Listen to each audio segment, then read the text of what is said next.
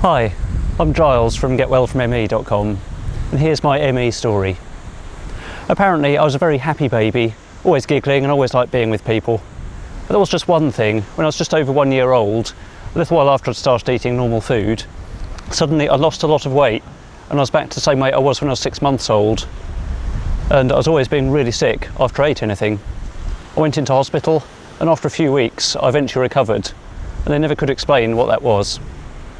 If you fast forward now to my last year at university, the summer before my last year, I was doing 10-mile hill walks in Austria, I was dancing on stage, I was cycling, and of course I was working hard. That winter I became quite ill, and it was suspected I may have had carbon monoxide poisoning over a period of time, but that wasn't ever actually confirmed. That summer I had migraines and the flu, but I also had exciting things going on like graduating and starting a new job and everything. Just 2.5 months into my first job as a structural engineer, one day I suddenly had a really stiff neck and actually couldn't turn my head. That seemed to get better, but just 4 days later I went on a work trip to an office that's about 2.5 hours away by train. When I got there, I started looking at building plans on a big microfilm reader and suddenly started to feel really dizzy, so horrendously ill you probably couldn't imagine it. I was on the point of getting the office to phone for an ambulance to the local hospital, but instead I got a taxi to the station. I very nearly paid for a taxi all the way home, I felt so bad. And I've got no idea how, but somehow I got trains back home and I went straight to bed. I was feeling very sick and dizzy and nauseous. I couldn't read at all. I had terrible headache. My neck was stiff and was aching. My back was aching and was sore. My gut ached. I had irritable bowel problems. I kept needing to go for the wee almost non-stop. I had a sore throat and swollen glands, fever. I felt kind of travel sick and hungover. I was extremely tired all the time and kind of feeling spaced out and not with it. I had no energy at all. I felt very emotional.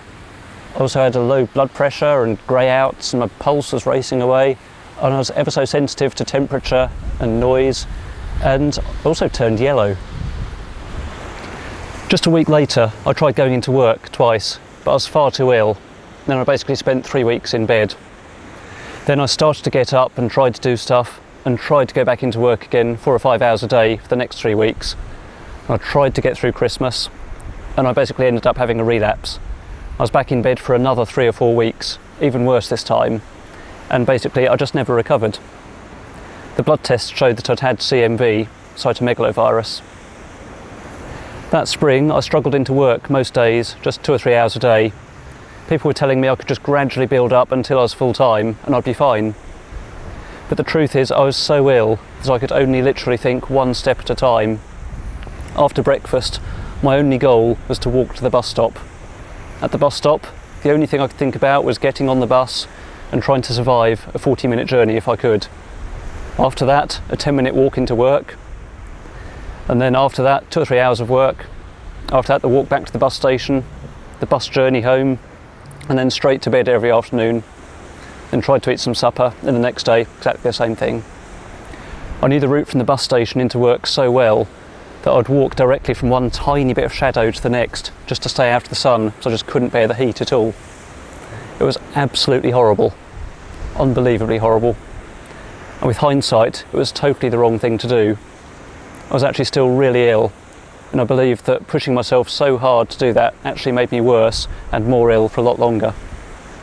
By that summer, I was forced to stop work altogether. I was having the worst headaches, seriously 10 out of 10 on the pain scale, and all the other symptoms too, and awful exhaustion. I kept nearly fainting and collapsing, and that wasn't helped with eating. I eventually saw 5 different consultants, and I had dozens of blood tests and scans, neurological tests, hormone tests and all sorts. And they basically just confirmed that it was ME, and they also said that I'd got Gilbert syndrome, or Gilbert's syndrome, which I think is a French bloke, which is a kind of weakness of the liver, and as a baby I'd also had jaundice. A lot of nights I felt so unbearably sick that I was in agony, awake all night, curled up in a ball, just crying and groaning. And there were a few nights when I actually prayed that I wouldn't wake up the next morning. It was so unbearable. But I'm glad I'm still here. The doctors tried me on amitriptyline for the headaches, I was only on 1/10 of the normal dose for just 1 week, but I still had horrible nightmares and side effects for a whole month. I couldn't cope with other medicines too, had side effects from tablets for irritable bowel syndrome and other things. I tried homeopathy. That did help some specific symptoms, but it didn't really help me with the ME. At the worst, I couldn't walk the 2 minutes to the end of the road and back at all. And it's difficult when people close to you can't seem to understand or believe that.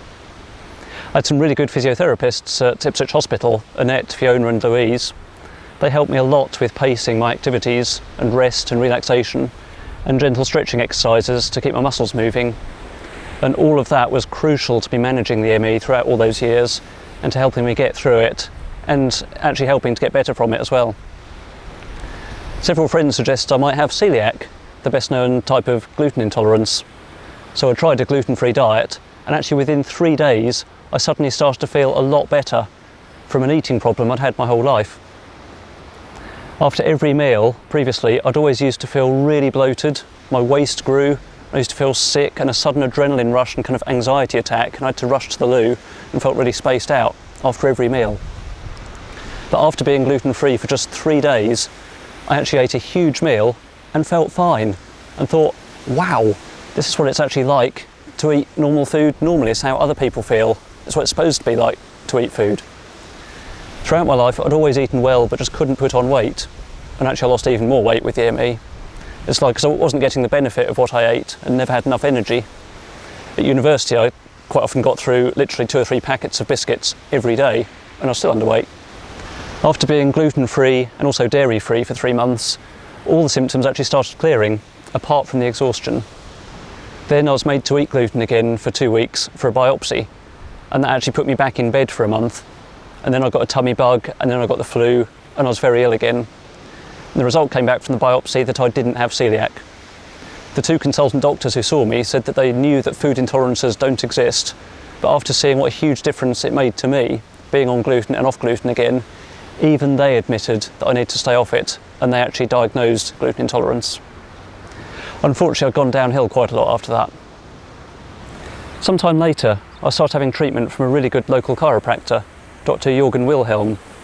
Within 3 or 4 sessions, that was already starting to help a huge amount.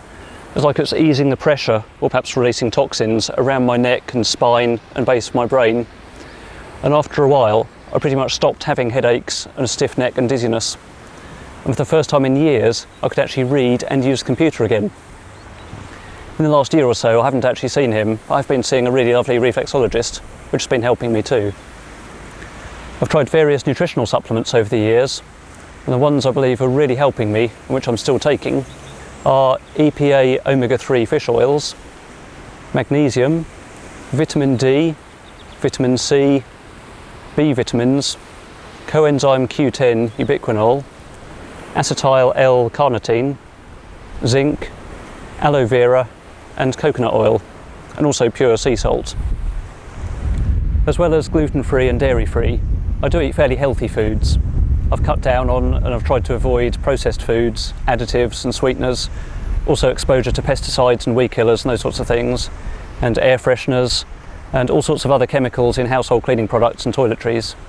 Some of those chemicals can still make me feel really ill when I smell them. I'm probably going to try the herb passiflora, or passion flower, soon, as well as starting to make my own fresh juice from green veg and fruit.